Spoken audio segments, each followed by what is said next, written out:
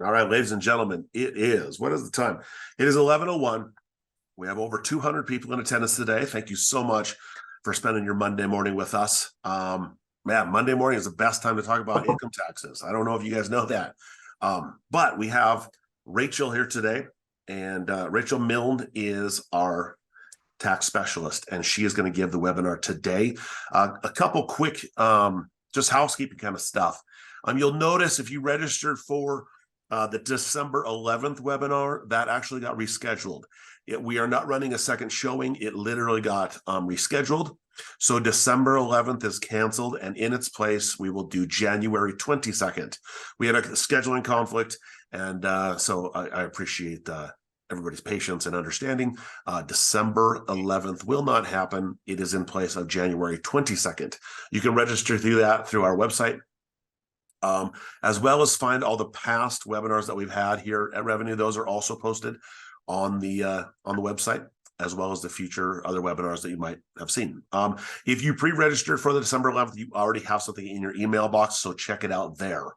Along today, we do have David Mirian, who is behind the scenes. He's one of our bureau chiefs here, and he's going to be running the questions. So as Rachel is doing her presentation, as you folks type in questions into the Q&A, David will be actually answering your questions. So if you have any questions along this presentation, if you look at the bottom rail of your screen, there's a Q&A section in the bottom rail. That is where you'll ask questions of the panel, and David will get to those questions.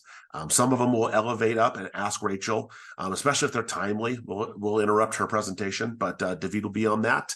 And I can't think if there's anything else. This will be recorded. It will be posted later. Roughly, just to let you know, some kind of the nerd stuff on the back end. Zoom as a corporation sends me the completed file of when it's recorded. Usually takes me about 24 hours to get that up and going.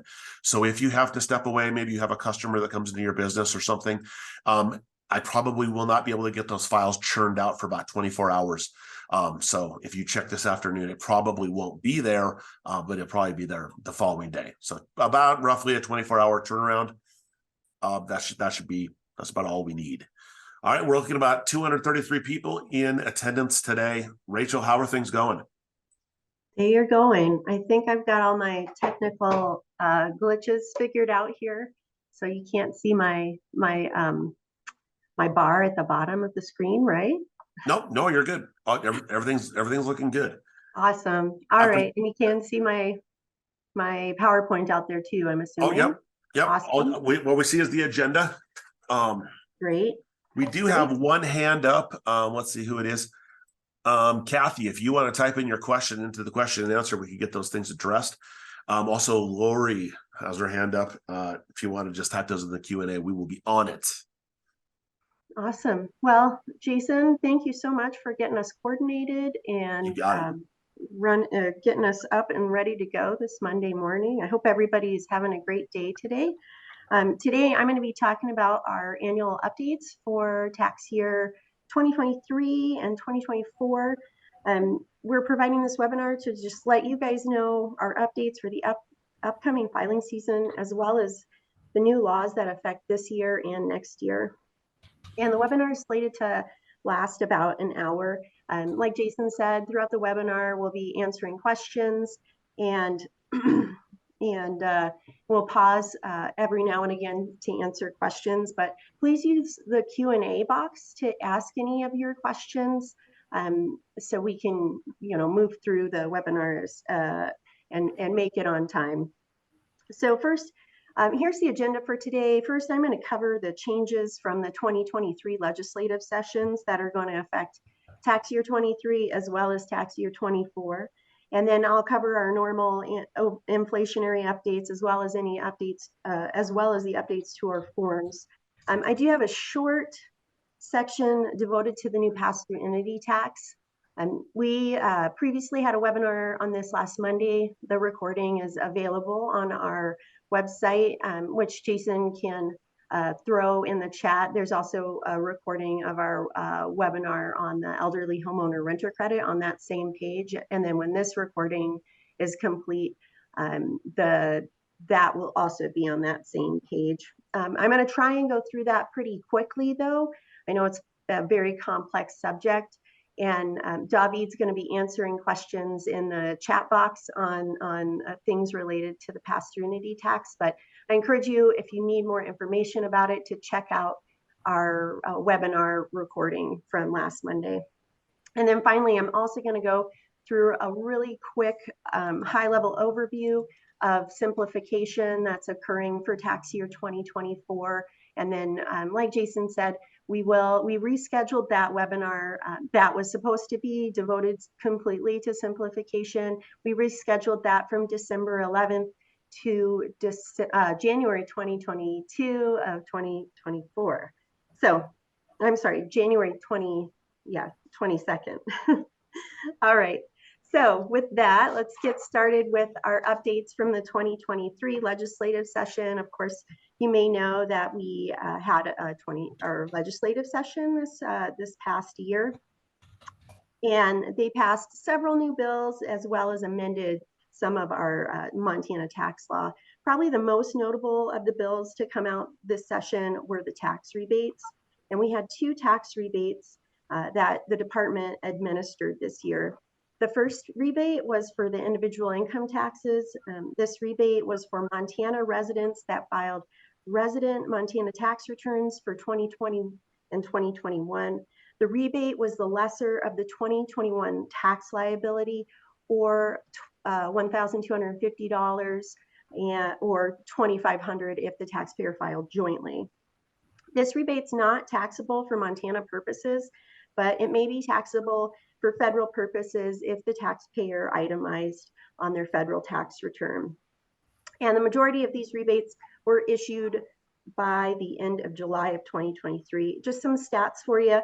The department issued over $480 million in rebates to about 466,000 Montana taxpayers. So the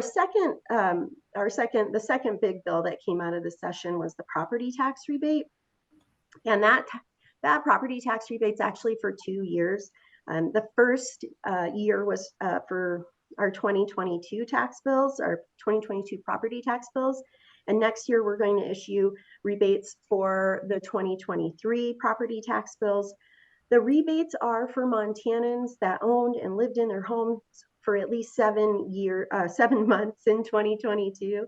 And taxpayers had to file a claim with the department to get the rebate. So the claim period for the 2022 tax bills was between August 15th and October 2nd of this year. And this rebate is also not taxable, but for Montana purposes, but same thing as the individual income tax rebate. It may be taxable on the federal return if the taxpayer itemized their federal deductions. So some stats on this one: we approved over 211,000 claims, and we sent out almost $140 million in rebates. Moving on to other changes, the Montana medical savings deduction, that was set to expire at the end of this year. However, it has been revived and will continue to be available with the same provisions, except that the contribution deduction limit will be adjusted for inflation and rounded to the nearest $100 increment, as opposed to the current increase of $500. So the legislature also clarified that MSA funds, Montana Medical Savings Account funds, could also be used for costs associated with health care sharing ministry fees, as well as direct patient care payments. I mentioned this previously. We have a new pass-through entity tax available to those pass-through entities wishing to elect to pay a tax at the entity level. And like I said, I devoted a small portion of the presentation to the new tax. Montana has a new tax credit for residents that complete adoptions. It's a refundable tax credit, and it's available to Montanans that complete an adoption during the tax year. This one, you may remember, we had an adoption tax credit that was repealed in 2022. This one is much different and much more robust than that one. That one was based on the federal adoption tax credit. This one is is Montana specific. So the credit is refundable, and it's $5,000 for the adoption of an eligible child, or $7,500 if that eligible child is in the Montana foster care system. And an eligible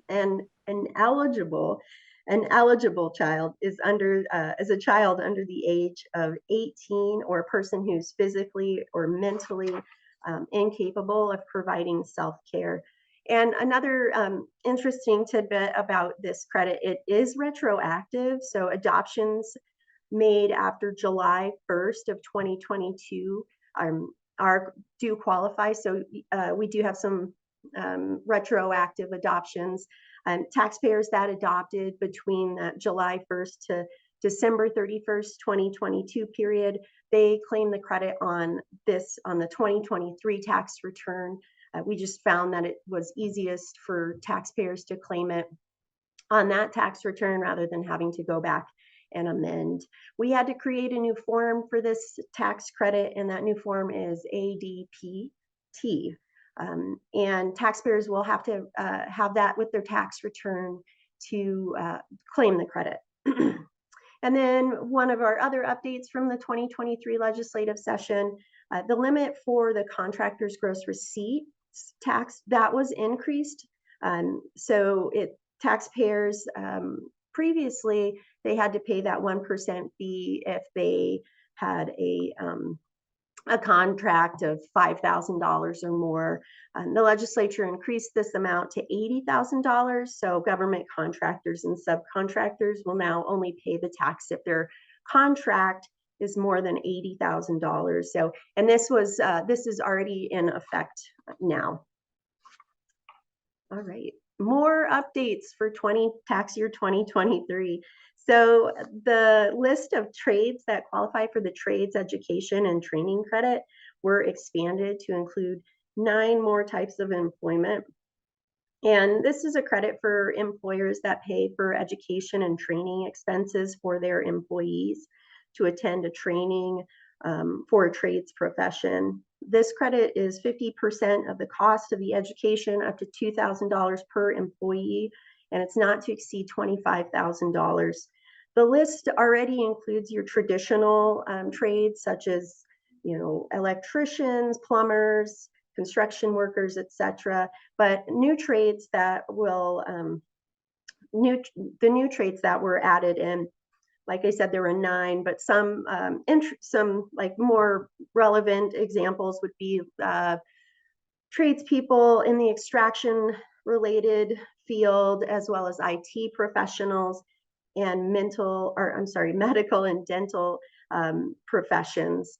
And we've got a full list of those out on our website, as well as in the form instructions that the forms will be released in the new year. The taxpayers now may request to extend the statute of limitations for a period under audit for Montana purposes. So previously, the statute of limitations was only extended for periods in which the taxpayer had a federal waiver, and there wasn't any mechanism for taxpayers to extend the statute of limitations for their Montana-specific items. The only way they could do this was file an appeal with us and go through that process. Which is timely and can be cost prohibitive for some taxpayers if they're using the services of an attorney or a preparer.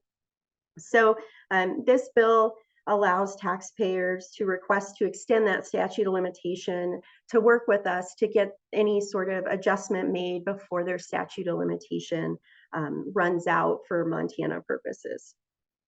The qualified education tax credit cap, this is the tax credit for either donating to a student scholarship organization that gives scholarships to students to attend private schools, or the tax credit that taxpayers can donate to their public school district, and their public school district can use it on their innovative educational programs at their school district.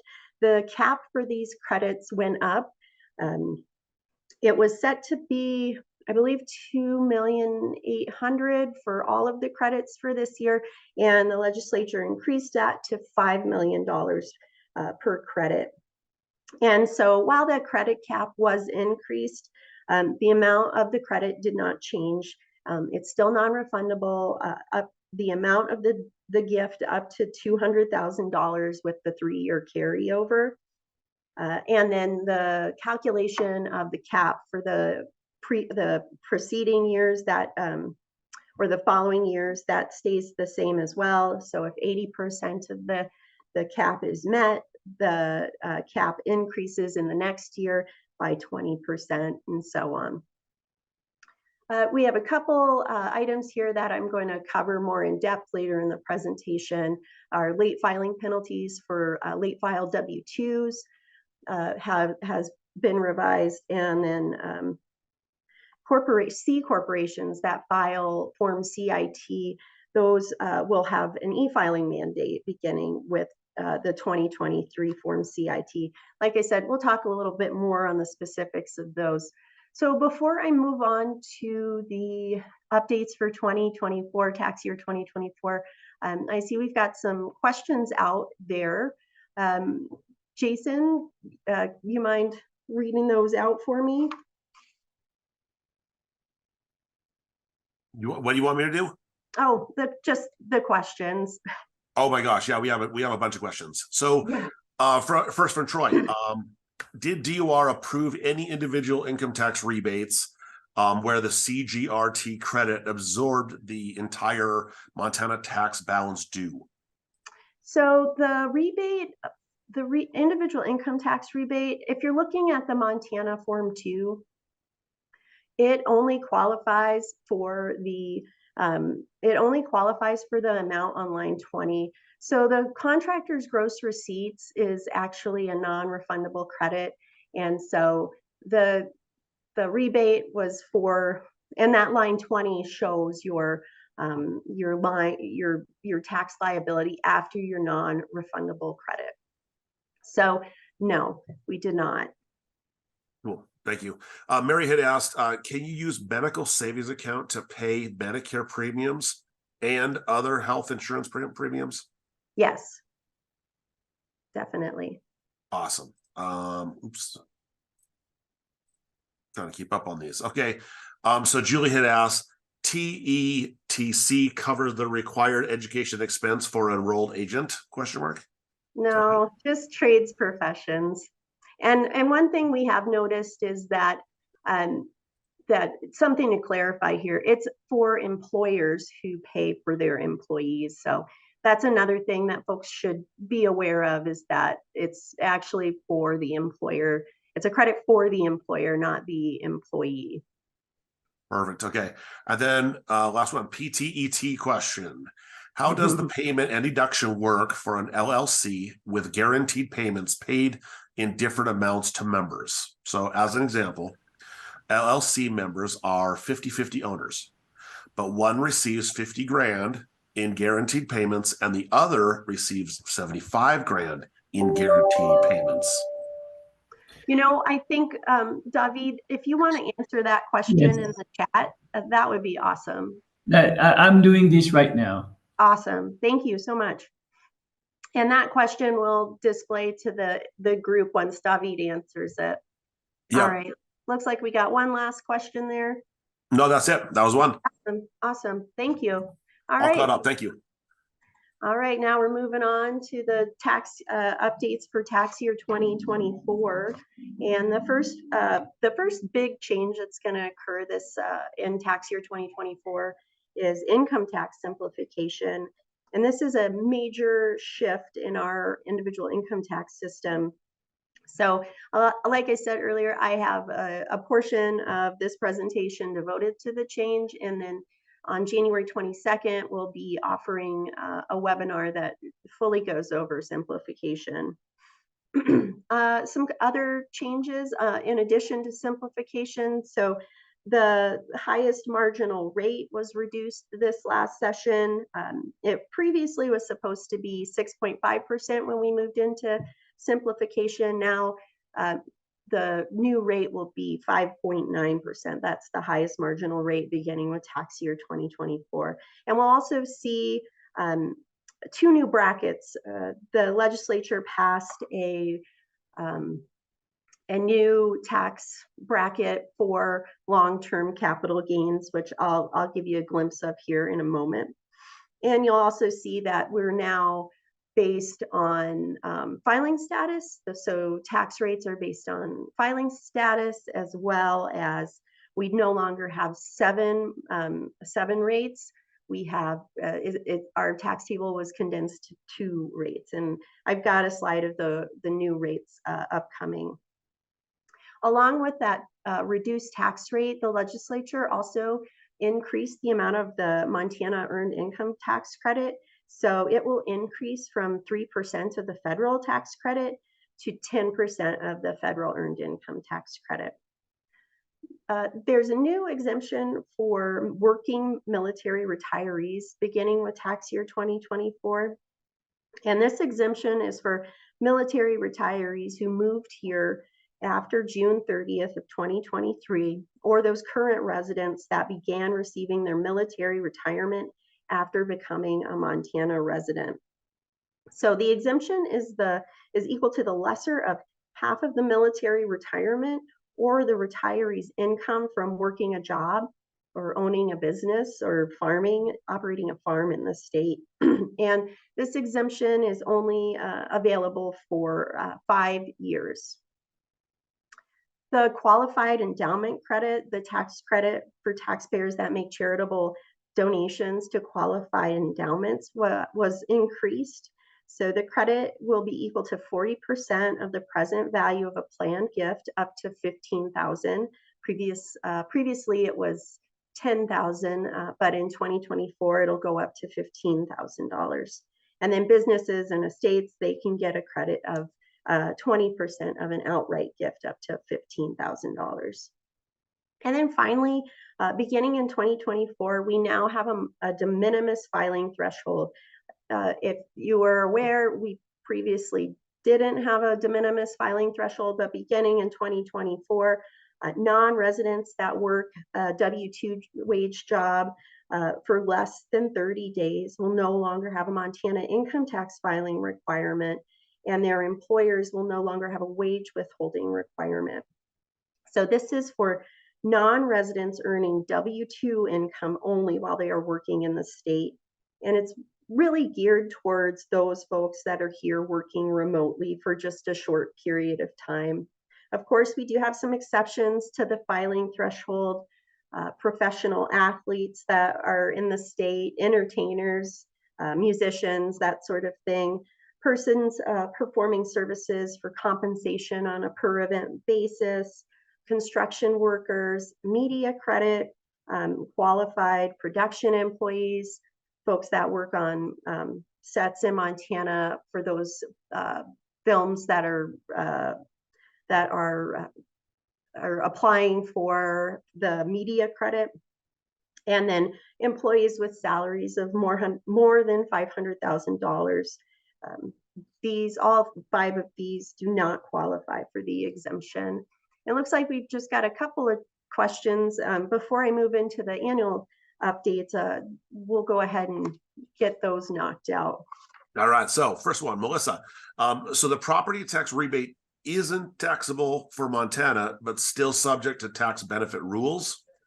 Yes, that's what we understand from the IRS, is that it is subject to the tax benefit rule. Awesome. Bill has a question. Where can we get full details on military retirement exemptions for certain military retirees? We'll have some updates in our, we have an update coming in a newsletter forthcoming, and then as well as in our form instructions. This one will have to be developed. We'll have a specific form developed for it too, and we'll have to develop in 2024. So we do have updates forthcoming on it, but we're working through all the legislation that passed last year or this year. So just be patient with us a little bit. Perfect. This one is kind of on the tail end of that as well. If you are retired military that retired here prior to 2023, is your retirement included in this exemption? Yeah, so for those folks that retired in or for those folks that moved here and retired, basically you had to move here and then retire in order to get the exemption under pre-June 30, 2023. Hopefully that makes sense. All right. And Mary Ann had asked, is the tax benefit rule only for federal? It was said that it is not taxable in Montana. Yes, yeah. So it's only for those folks that itemized on their federal tax return that they will use, or that they will have to add that. They may have to add that back depending on their specific tax situation. So not taxable for Montana purposes. It may be taxable for federal purposes. Awesome. And we're all caught up. Awesome. Great. So now we're going to move into our annual updates. First up, we've got our due dates for this tax year, and our forms PTE, our pass-through tax form, our Form 2, and our FID 3. These are the due dates. And I've also included here the estimated payment due dates. And for those that are interested, these estimated payment due dates also apply to the new pass-through entity tax for 2024. Here's a look at our tax table for 2023. So as you may know, our tax table is adjusted each year for inflation, and it's based off the consumer price index for the previous June.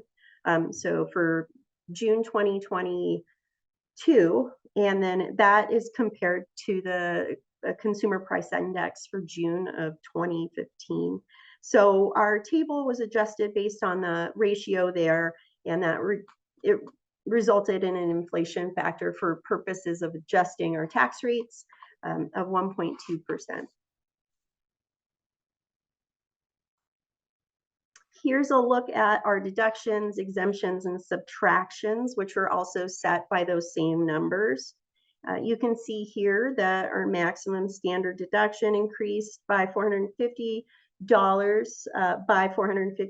from last year's standard deduction amount, and the married filing joint head of household maximum deduction increased by about $1,000. The personal exemption, that also increased. It increased by about $250, and our partial pension exemption amounts, they went up. The exemption itself went up $5,060. That's the maximum, and then that was from the $4,640 from last year, and the phase out jumped up from it jumped up to $42,140 from the $38,660 from last year. So our Montana Medical Savings Account contribution limit remained at $4,500, which was the same amount last year, and for 2024 that'll be that same amount. Beginning in 2025, they'll do the inflationary update. And then because of simplification, pretty much everything other than that MSA contribution amount, you will not see those amounts next year. All right, here's our filing requirements for 2023. And our filing requirements are based off if the taxpayer's federal adjusted gross income exceeds these amounts. These correspond with the amount of the highest standard deduction for that particular filing status, and then taxpayers 65 and older get an additional amount tacked on, and that's equal to the personal exemption. Beginning with tax year 2024, the filing thresholds are actually going to match the federal filing thresholds, and with the addition of any sort of Montana additions that need to be added back to federal taxable income. Here are our 2024 interest rates, and you'll notice those are quite high thanks to what they're based off of. So for individuals, trusts, estates, and pass-through entities, the interest rate for taxes paid are taxes not paid when due, underpayment of estimated taxes, and refunds not issued within 45 days of when the return was filed, or the due date, whichever is later, that increased from 5% to 7%. And this rate's actually based on the IRS's underpayment interest rate for the third quarter of the preceding year. The interest rate for all other tax types, such as our withholding taxes, C corporations, all of our miscellaneous tax types, that rose from 9.25%, and that'll go up to 11.25%. This rate is calculated off of the Federal Reserve's bank prime rate from the end of the third quarter of the preceding year, and we add on 3 percentage points to that bank prime rate. Here's a look at our 2024 ordinary income tax rate table. And this is what we're going to see from here on out, beginning with tax year 2024. The change in the table is from our income tax simplification bill that I'm going to talk about in a little bit.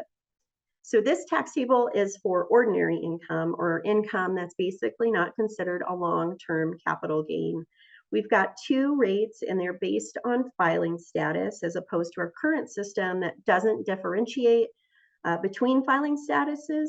And you'll also see that the estates and trusts are taxed at the single filing rate, and then any pass-through entities that are electing to pay composite tax, they'll also be included in the single filing rate. So another thing to note here is the highest marginal rate has been reduced to 5.9%. Like I said before, previously moving into tax year 2024, that rate was set to be 6.5%. This last session, they lowered that rate to 5.9%. Additionally, you'll see that the income in the highest bracket is actually for the single filer, which is basically all we have to compare off of moving from our current system into our new system. That's actually much lower than what our rate is right now for tax year 2023. And the reason for that is that these tables were actually set during the 2021 legislature when the bill for simplification was passed. So beginning tax year 2025, these will be updated annually for inflation. And here's a look at our long-term capital gains tax rates. So beginning tax year 2024, we're going to have this new tax table for our long-term capital gains rates. And so this will apply to long-term capital gains. So that's the income realized from the sale of assets such as stocks, bonds, and real estate owned for more than 1 year. These are also based on filing status, and taxpayers will get a lower rate on the sale of a long-term capital gain. And this just applies to capital gains. Qualified dividends, while they are taxed at the capital gain rate on the federal level, qualified dividends will be considered or will be taxed on the ordinary tax rate. And just like our ordinary tax rate table, this is also based on filing status. One thing to note here too is that if the ordinary income is greater than the highest amount for the filing status here, all of the capital gain is taxed at that 4.1% rate. So if a single taxpayer has ordinary income greater than $20,500, their entire capital gain will be taxed at that 4.1%. Of course, that's lower than the ordinary rate of 5.9%. These rates are also going to be adjusted annually for inflation. And because we no longer have these rates, we're no longer going to have that 2% capital gains tax credit. All right, before I move into forms updates, I just want to make sure we don't have any questions out there. And it looks like we're all caught up. So I'm going to just move ahead here into our forms updates. So we made a few updates to the Form 2 this year. We didn't have many because we are preparing for a complete overhaul of the Form 2 for tax year 2024 to reflect all the changes that were made by the income tax simplification bill. But here's the first change on the Form 2. There's a new line for taxpayers to add back any state income tax taken as a deduction from federal adjusted gross income. So state income tax has never been deductible for Montana purposes, and previously taxpayers would report this item on line 15 or the other additions line of our additions schedule. But we felt like with the passage of pass-through entity taxes here in Montana, as well as across the country, we added this line for taxpayers to directly report any of those state income taxes that they were paying or deducting in their federal adjusted gross income. So another change we made was to the non-refundable credits schedule. And we just added a line for those taxpayers that are claiming the jobs growth incentive credit. They're now going to report their credit certificate number on line 14 under where they report the amount of credit that they receive. This number is issued to them from the Montana Department of Labor and Industry. And just for your info, the jobs growth incentive credit, that's a tax credit for employers that create 10 or more jobs that pay more than $54,000 that paid more than $54,000 for tax year 2023. So the credit is 50% of the FICA taxes for these jobs, and there's a carryover of 10 years. And interest, it's a non-refundable credit with a carryover of 10 years. Employers have to apply to the Department of Labor and Industry to claim the credit. And there's more information about the credit, how they calculate it out on the Department of Labor and Industry's website. And that's the Montana Department of Labor and Industry. All right, last changes made to the Form 2 were made on the other payments and refundable credit schedule. First up, we have a new line 4 for the taxpayers that receive a pass-through entity tax credit from their pass-through entity. This is a refundable tax credit to the taxpayer, so they're going to report this here. We added a new line for the adoption tax credit.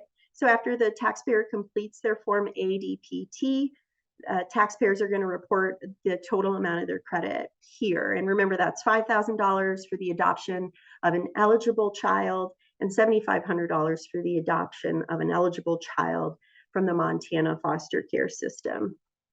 Finally, we changed the name of the other payments line to extension payments. And while we don't have an extension, we technically don't have an extension payment here in Montana because all tax returns are due on the automatic extended due date.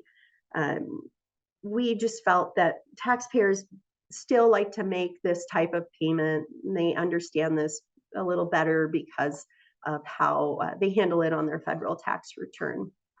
And that's how they handle it on their federal tax return. So we added that here on line 9 and changed the name of that line. All right, any questions on our changes to the Form 2? Okay, looks like we're keeping up. So there hasn't been any questions. Great, love it. Okay, well, I'll move on to our small change we made to the FID 3. And this is our estates and trust tax return.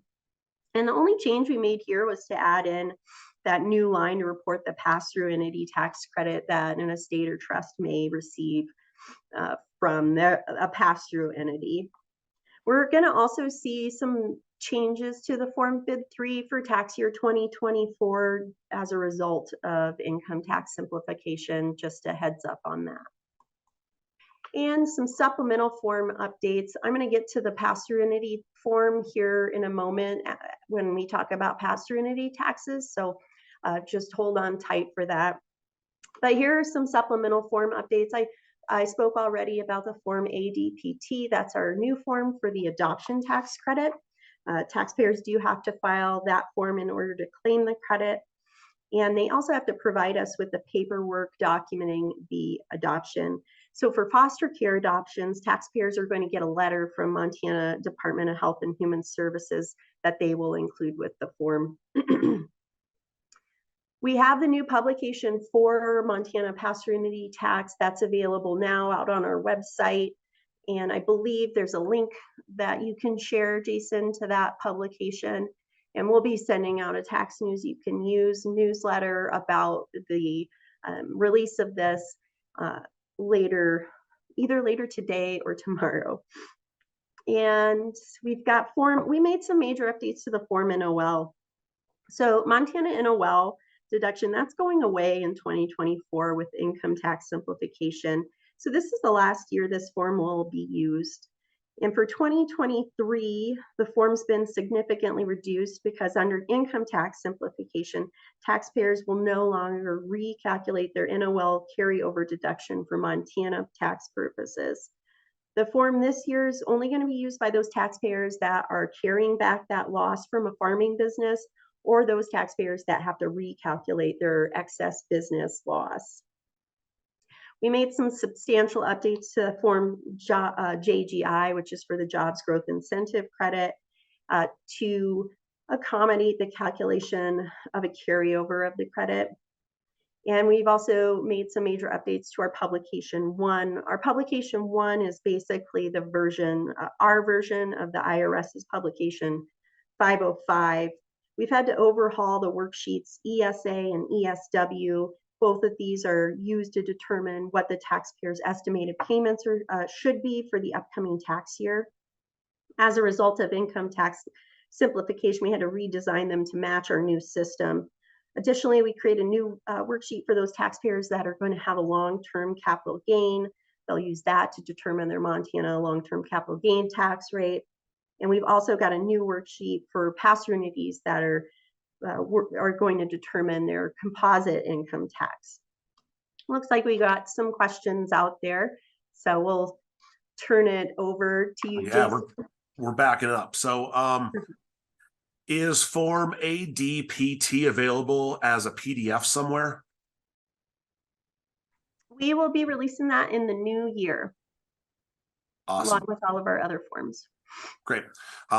You said the property tax rebates are not taxable in Montana, but I saw that David said you need to reduce the property tax deduction by the rebate. Can you clarify that, please? I'm not quite sure what that means, but if you're, I'm assuming on your 2023 itemized deductions for Montana purposes, is that what you're talking about, David? I believe so, yes. Okay, so that would be on your itemized deductions. All right. Okay. All right, what's next? Hello. I joined the call late, but I would like to check to see if you've discussed the new Form MW4 and the new withholding tables. Not yet. We're getting there. Good, good, good. And then when will the 2023 Form 2 be available? That will be available in the new year. Okay. Also, someone had missed the first half of the presentation and noted that it's being recorded. Where can I have access? We talked about this at the start. Obviously, you missed it. The recordings will be put on our website, but like I said, the Zoom company has about a 24-hour turnaround from when they can get me those files, and I can make them and put them onto the website. So we will have this recorded. It will be displayed on our website for future viewings in case you missed it. But it should be about a 24-hour turnaround. So check tomorrow. All right. Then also, why must we wait until 2024 to see forms and instructions for 2023? Draft forms would be extremely helpful right now. That's just our process that we've done in the past. I can speak with our group that releases the forms for, and we can get those out as well. So thanks for the feedback.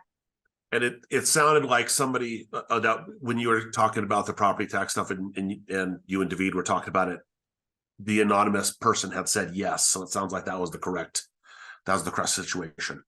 And then would a Montana non-resident still be able to carry forward an NOL for Montana, even if they do not need a federal NOL?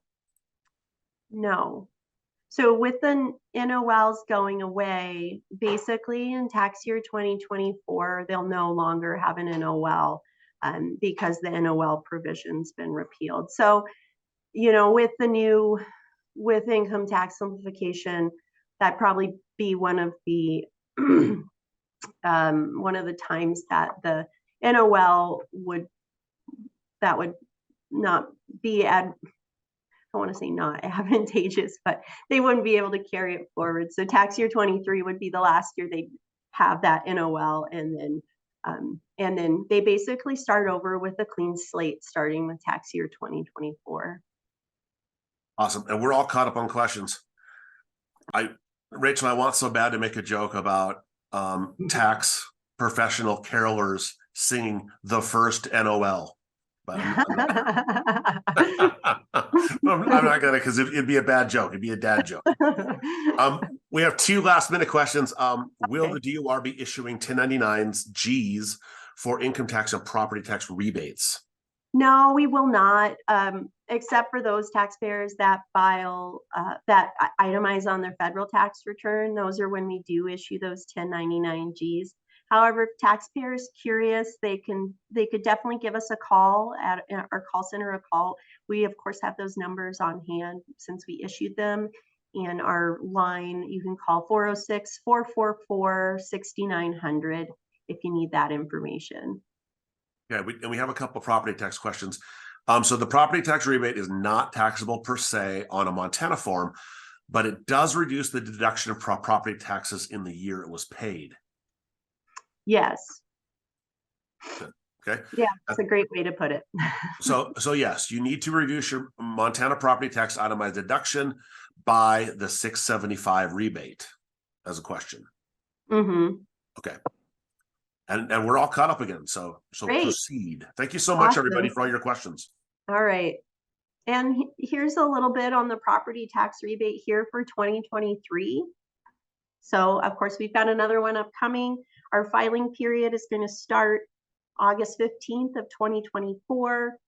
And this is going to be for those property tax the property taxes paid on the 2023 tax bill. So this is the bill that taxpayers just received. The qualification requirements, those are the same. Taxpayer had to own and live in a home for at least 7 months, and it's just for tax, but it's for 2023 as opposed to last year when it was 2022. The rebate amount is also the same. It's the amount of tax paid up to $675.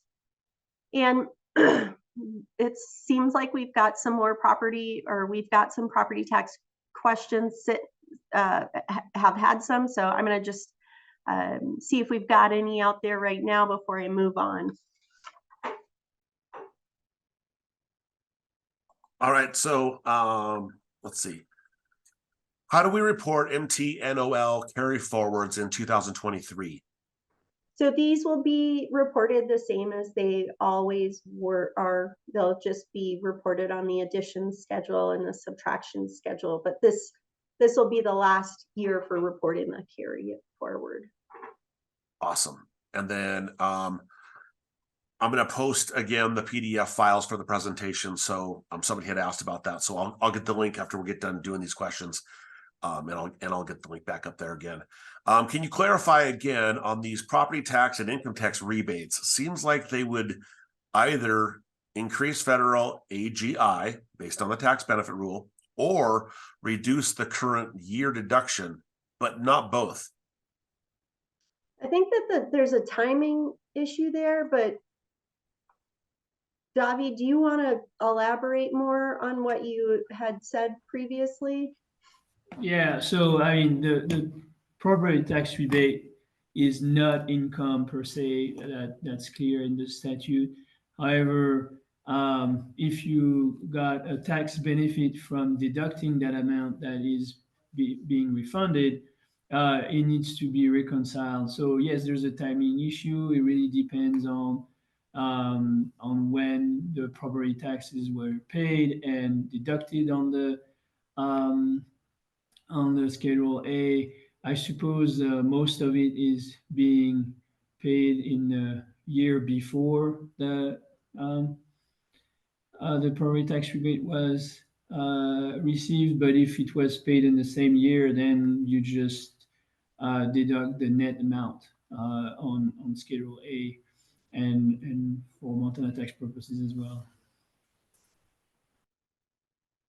Okay. Awesome. And then Terry had said, hopefully the county treasurers can split off 1 acre with house this year for the tax rebate. That was quite a project on the 2022 tax rebate.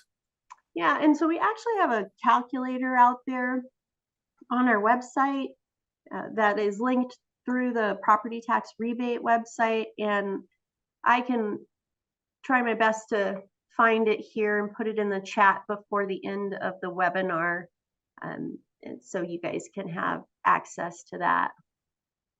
Yeah, and then the last one, I shouldn't say it now, we have two. Is it possible for the taxpayers to see their rebate / property tax rebate in TAP? I don't believe we have that capability. But again, you can always message us and we can get that information to you. Awesome. And then Julie had said, is the NOL form required for NOL carry forwards in 2023? Or do you just do the addition and subtraction on Form 2? Yeah, you just do the addition and subtraction based on the amount reported on your last year's, the carry forward amount you determine on last year's NOL form. And the NOL form this year is basically just for those farmers that had carryback losses, as well as folks that had to recalculate their excess business loss. Awesome. You're all caught up. Carry on. Great. Okay, so I said earlier, C corporations now have an e-filing requirement beginning with their tax return for periods after December 31st, 2022.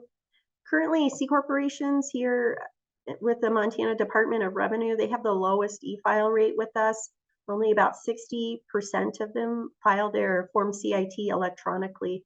So this new e-file requirement will help us improve, hopefully help us improve that rate. And while the e-file mandate may seem a little steep, we do have a waiver. So if a C corporation has less than $750,000 in gross receipts, it does not have to e-file. Additionally, a corporation can request a waiver of the filing requirement if they can demonstrate some sort of hardship that prevents them from e-filing by filing Form CWR, and that's available on our website. So here are our wage withholding changes. And one of the first tasks that we have with updating for income tax simplification is to update our wage withholding reporting and payment system. So because our tax brackets were changed, we had to change our withholding tables to take in to account the new rates and the use of the federal filing status into account in determining basically what the Montana income tax is going to be. So we've updated our Montana Employer and Information Agent Guide, and that's out on our website. And you can see the new tax tables there, as well as the new withholding formula that employers will use. And we also had to update the Form MW4, which I'm going to show on the next two slides. The MW4, that's the employee withholding and exemption certificate. And it's, our counterpart to the federal Form W4.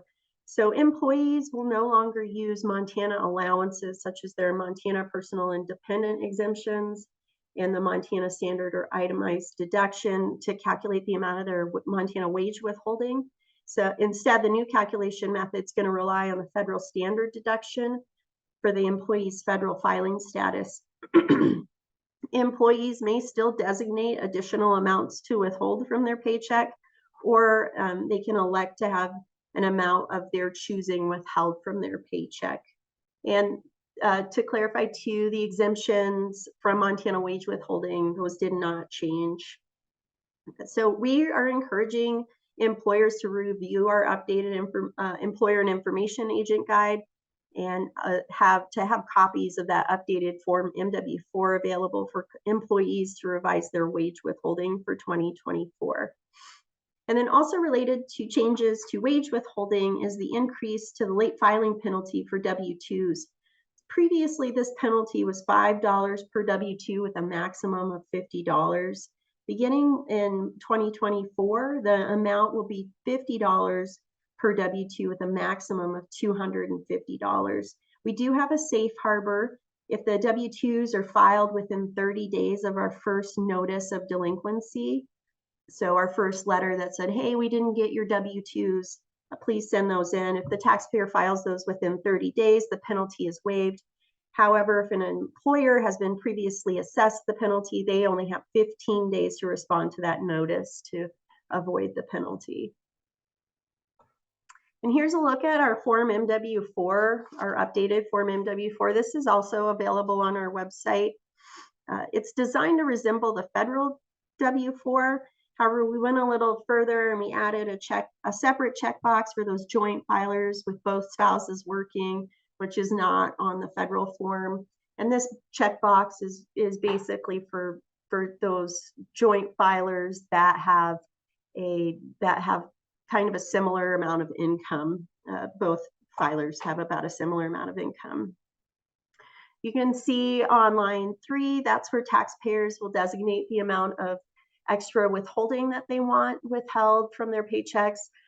This is also where retirees will report the amount of tax they want withheld on their 1099-R, and then also any amount they want withheld from their unemployment distribution, which beginning with tax year 2024, the unemployment is no longer exempt from Montana tax. Line 4, that's where taxpayers can designate the specific amount of withholding they want from their wages if they don't want to use the federal standard deduction to determine their wage withholding. This is particularly suited to those taxpayers who have large federal adjustments to income or federal itemized deductions or large Montana subtractions or large Montana tax credits. And our exemption section did not change, as well as the filing requirement for employers that have employees with exemptions. December 14th, we're going to have a webinar specifically devoted to the changes to our Montana wage withholding. And if you're not able to make that, it will be recorded. And that's again on December 14th at 9 a.m. All right, I noticed we're running way behind schedule. So I'm going to try and blast through these next few slides. If you can stay on, I'm going to try and wrap this up at 12:30 if that's good for you, Jason. That's fine by me. Okay. So do you want to wait do you want us to do the questions after you get done getting through the material, and then those people who can stay and hang out for the questions can do so, or do you want me to ask you some questions now, or what do you think? Yeah, let's just get these questions out of the way. Okay, so am I clear that property tax rebates and income tax rebates is included in your household income for elderly renter tax credit? Yes, it is considered a refundable tax credit. So those folks filing for that credit will need to report that as part of their gross household income. Awesome. And then is it a maximum or minimum penalty of $250? And I don't know if that's good. That's the minimum. Good. And then the maximum tax difference in these 675 property tax rebates is about $45. Is there a simpler way to handle this versus CPA spending time and client money trying to figure out whether this is an increase to the federal AGI and or a reduction in Montana itemized deductions? I would say that, yeah, I think for the most part, there's probably going to be about a safe harbor there. So I would say, just, of course, I can't imagine it's going to make much of a difference. So I think you're probably safe bet to just go with the simplest way to report it. Okay. And then, so for W-2s, it is a maximum of $250 penalty or a minimum penalty of $250, as the slide says. So it's $50 per W-2 with a minimum of with a minimum of $250. I might have had minimum of $250. So, for those taxpayers that have, that did not file 2 W-2s, so $50 per W-2, unfortunately, they'll have that minimum penalty of $250. And then $50 will tack on for each other W-2. Okay, last one. If an employee fills both fields, extra withholding and reduced withholding, what should the employer withhold? The reduced withholding only or both amounts? And if both, which one takes priority first? Yeah, so that seems like it, what I would say. So I'm assuming that employee would be filling out the reduced withholding because they don't want to use the federal filing status. So I would report that amount, with the additional amount. But line 4 really is for folks to just, say, hey, this is the amount I want you to take out of this is the amount I want you to take out of my paycheck as an employee. So you could probably help them along the way of just saying, how much do you want exactly withheld from your paycheck? All right, let's just put that amount on line 4. Awesome. You're all caught up. Carry Great. on. And one last thing on the MW4 I wanted to show was that we also added a multiple jobs worksheet that is just like what the federal government has on their federal W4. Okay, here we're moving through to pass-through entity tax. For the sake of time, I'm just going to have David answer any questions about pass-through entity tax in the Q&A section. So I'm not going to address those in this webinar, but I'm going to go over the changes, a brief overview of the pass-through entity tax, as well as the changes to the Form PTE as a result of the pass-through entity taxes. So what is the pass-through entity tax? So this is an elective income tax that a pass-through entity, or so a partnership or an S corporation, can pay. And it's the taxes on the distributive share of Montana source income of all of the owners, the affected owners, times our highest marginal tax rate. So for 2023, that is 6.75% of all affected owners' distributive share of Montana source income. And then in tax year 2024, again, that rate's going to drop down to 5.9%. So 36 states already have a similar type of tax in their state to take to do the same thing. And really, the pass-through entity tax, or PTET as we like to call it, it's a reaction to the state and local income tax deduction cap on the federal itemized deductions. There's a cap of $10,000 of that taxpayers can take as a itemized deduction. So since the entity is paying the tax, the entity gets to take this tax as a federal business deduction and basically pass that deduction on through the calculation of the partners or shareholders' federal taxable income. And presumably the amount of tax that the entity is paying on behalf of those affected owners is going to be close to what the partner or shareholder would pay on that same amount of income. Each owner is going to receive a refundable credit if they're an affected owner included in the pass-through entity tax election. That is, again, the amount of pass-through entity tax that's paid on their distributive share of Montana source income. And I showed you earlier where those pass-through entity tax credits are reported on the Form 2 as well as the FID 3. So for the pass-through entity tax to be elected, it's got to be made by an authorized representative of the entity. This is someone the pass-through entity chooses to make the election. And typically this is the same person that represents the pass-through entity in any audit proceedings in front of the department. The election is made on the tax return of the preceding calendar year. So for tax year 2023, the election is going to be made on the 2023 Form PTE. Once the election is made, it's in effect for all owners that are considered affected owners. So here's a list of the affected owners. Basically, individuals, estates, trusts, and disregarded entities of pass-through entities wholly owned by individuals, estates, and trusts. There are the only types of pass-through entity owners that wouldn't be an affected owner are C corporations and tax-exempt entities. There's an option for a pass-through entity to make a resident election.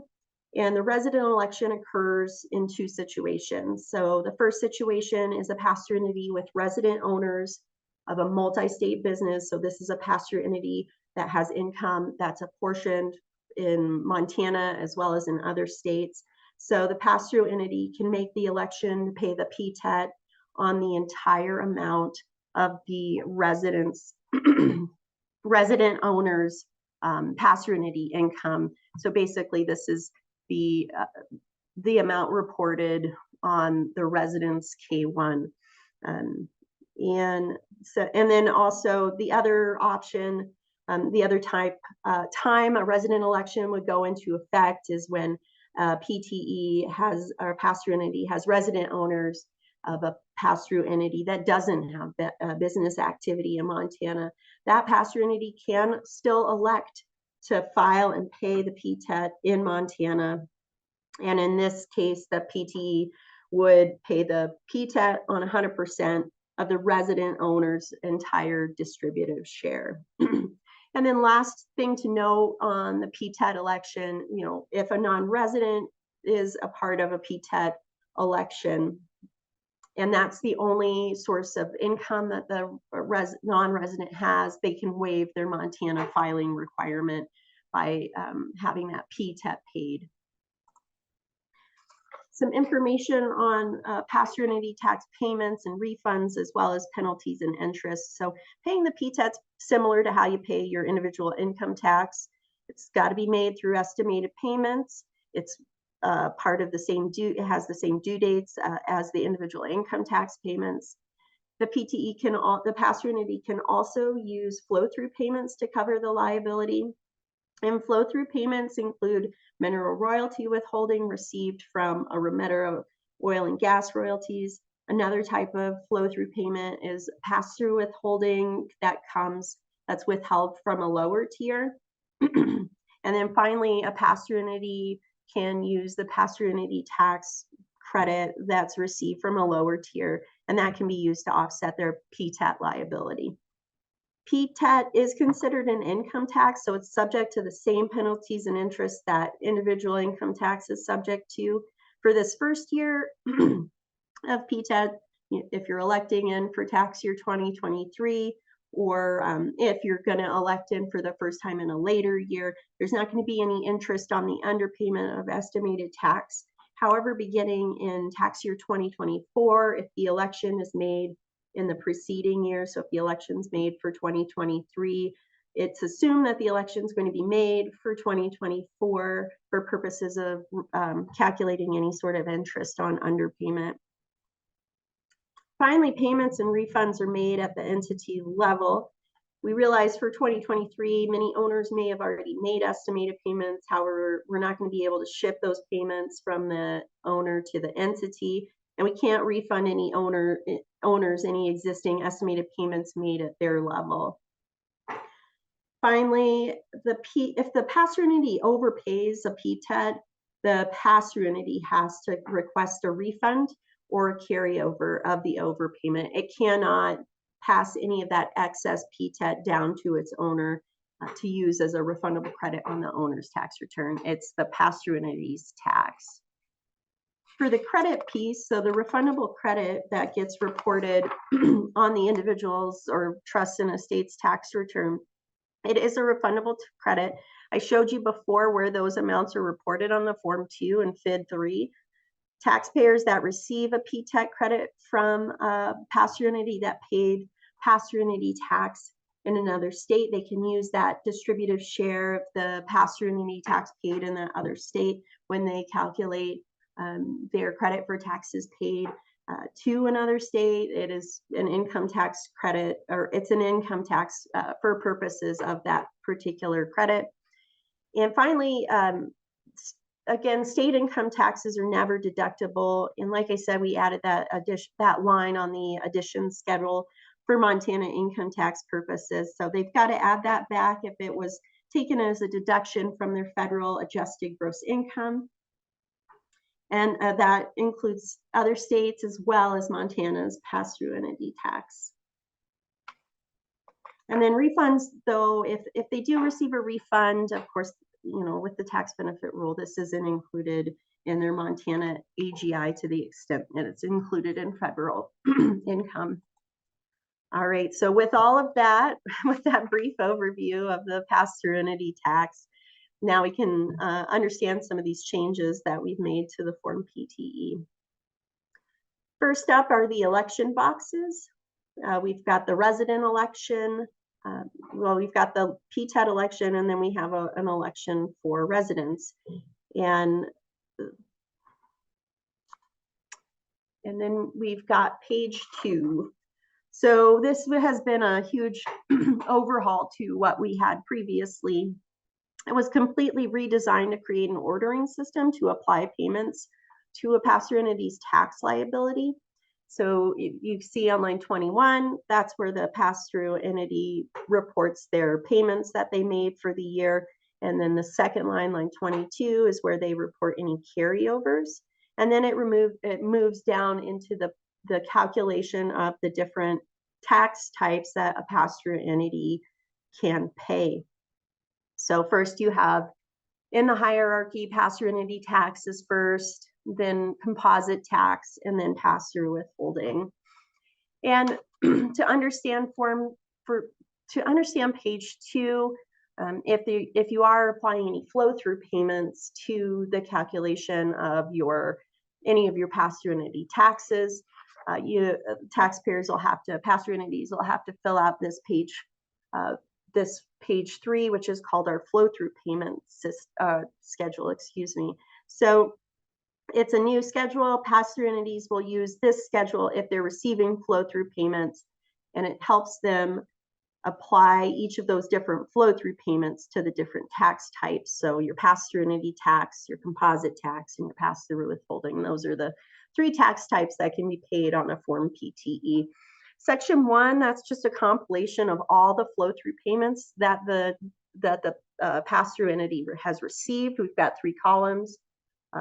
You'll total up all your mineral royalty withholding, all of your pass-through withholding, and last column C, is for your pass-through entity tax. And then section 2 is a breakout of how you're going to apply those different payments to each tax type. And our publication 4 does have some more detailed information on how to complete that schedule. So here's the only change that does not relate to the pass-through entity tax. This is page 6. Taxpayers use this to report any special transactions. One of those special transactions is if they had an adjustment by the IRS, and we moved the previously unreported Montana source income line from a federal adjustment over here to line 8. So any amount of increase of Montana source income as a result of a federal audit or adjustment by the IRS gets reported here on line 8. And then more changes as a result of the PTET. Here are all the changes made to the K1. In part 3, we have the boxes for the PTET election, and then if it's a resident taxpayer included in a resident PTET election, that's underneath of that PTET election box. We basically moved old line 1 of part 5, which that reported the total distributive share of basically lines 1 through 13. So on last year's K1, line 14 was line 1 in part 5. This is the line 14s, that's the line you're going to use to recalculate your PTET. So the PTE, the pass-through entity, they're going to use line 14 of column B to determine the PTET and report that amount on line 1 of part 5. You can see line 1 there at the very bottom highlighted. And if there's a resident election, the PTE will use the amount in line 14 column A to determine the PTET. Just like all the other PTE, pass-through entity tax types, the total amount of PTET is reported on page 2 of the form, and you can see there it's reported on line 25. All right, that's what we've got for PTET I'll quickly ask if there's any unrelated P-TECH questions out in the chat box. So, David had to exit. So, we have some questions. So, Okay, follow-up great. comment to the $45 question above. It would be great if the DUR had more input on these issues. Given Montana's rate for approximately 6%, it's difficult for CPAs to spend time researching small items. We often find ourselves torn between finding the right answer and billing a client more than we save them. Yep. Like I said before, I think, if the effect is going to be negligible, I would just follow the tax benefit rule and report it that way. All right. Does the PTE distribute income include interest from USI bonds? It's basically, so if you look, I like to look at the K1 here, because this kind of gives you a breakdown. So if you're adding back income, you add it on the everywhere in Montana column, and then your federal bonds, those are taken as a subtraction. So when you figure out your total distributive share, you'll add 1 through 12, take out line 13, add back additions, and take out subtractions. And that gives you your total distributive shares, which is what you determine your PTET on. Awesome. And then hopefully we haven't lost the place here. Is the deduction that then specially located to the members? I understand that the credit follows the members based on their distributed share, but I am unclear of how the deduction is handled in the example above. And I don't know which one that's tied to. Does that make sense? I wonder if they're looking at the example from our previous webinar. I'm not sure. It said an example above. We might have to hear more on that in a second.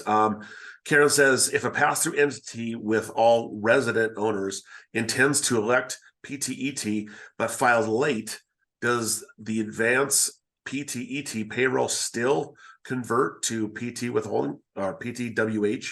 Yes. Yeah. I think that's just a matter of mechanics, and I'm not quite sure how the business unit is going to handle that. But we've taken the stance that the bill does say that you have to file a return by the due date, and that includes extension in order to make the election. Awesome.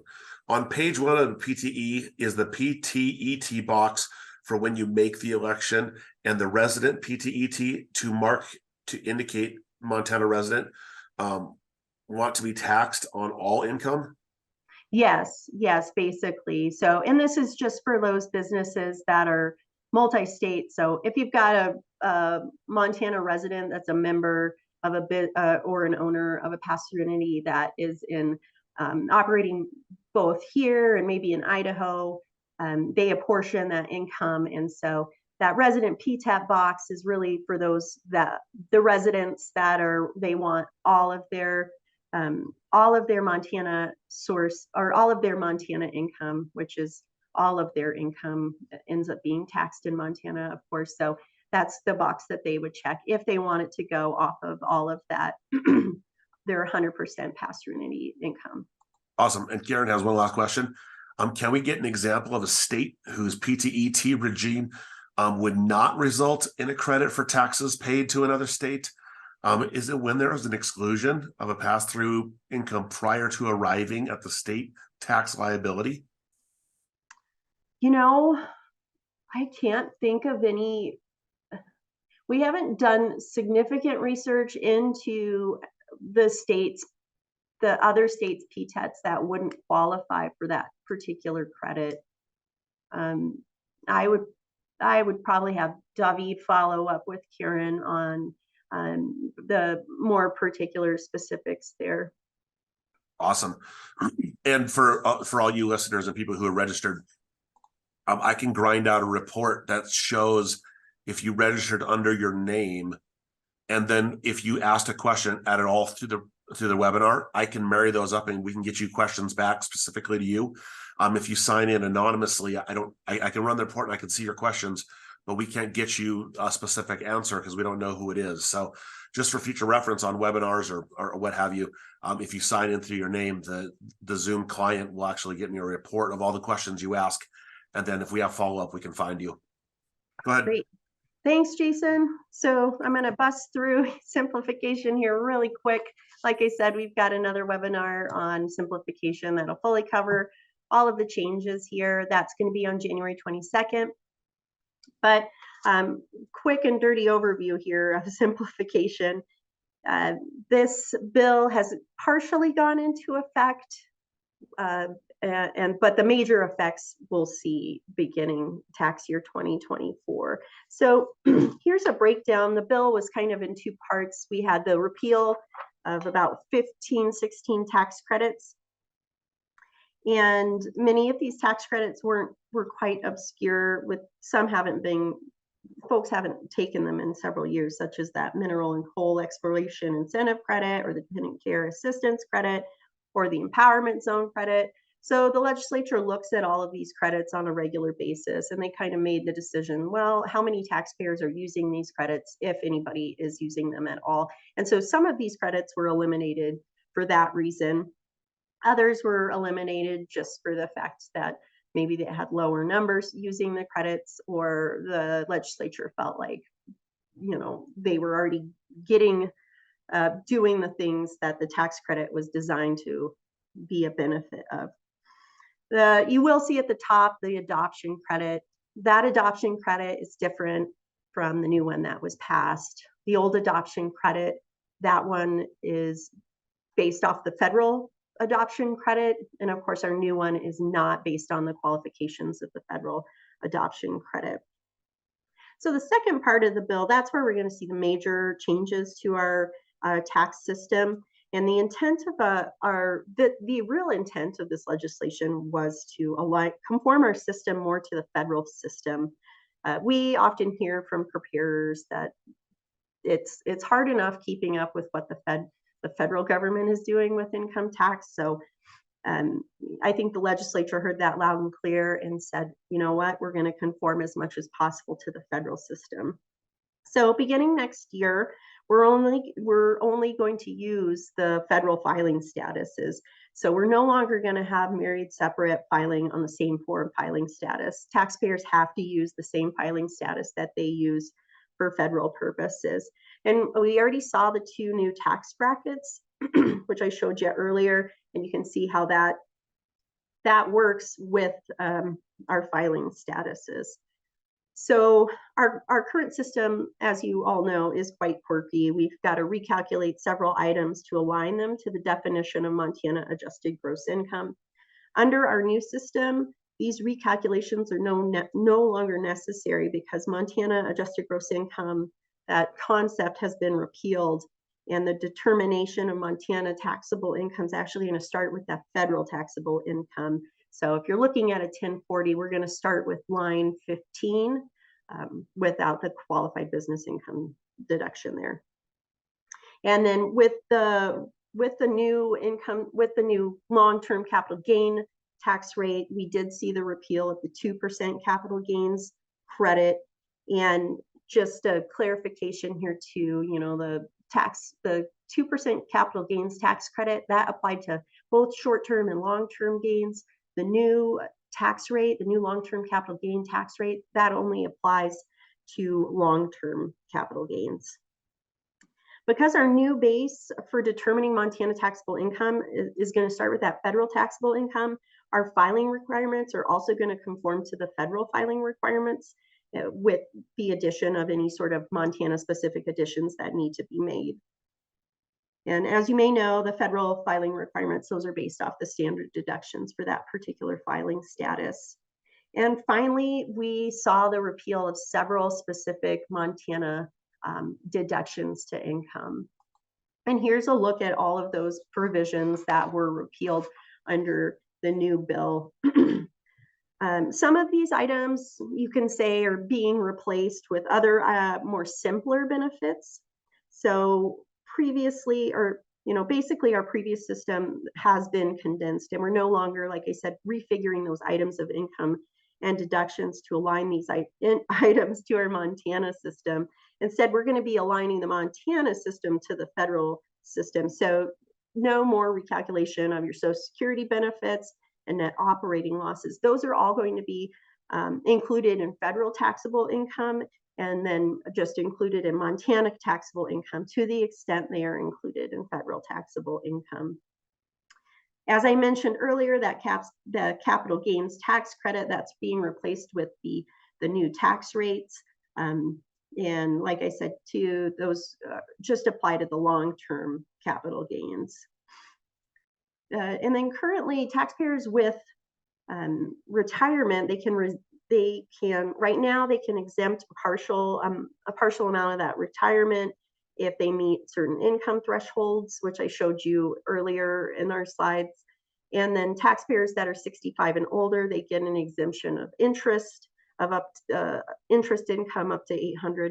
Both of these provisions were repealed, and they're just being replaced with a $5,500 subtraction for those taxpayers that are 65 and older. So those taxpayers 65 and older, they get an additional reduction of federal taxable income of $5,500. So deduction items that are not seeing a replacement provision, the exemption for employments and tips, those are now going to be taxable in Montana, as well as income of a child tax to a parent, health insurance tax to an employee, those student loan repayments for healthcare professionals and qualified educators, retirement disability income, and deposits to a first-time home buyer account in a farm ranch risk management account.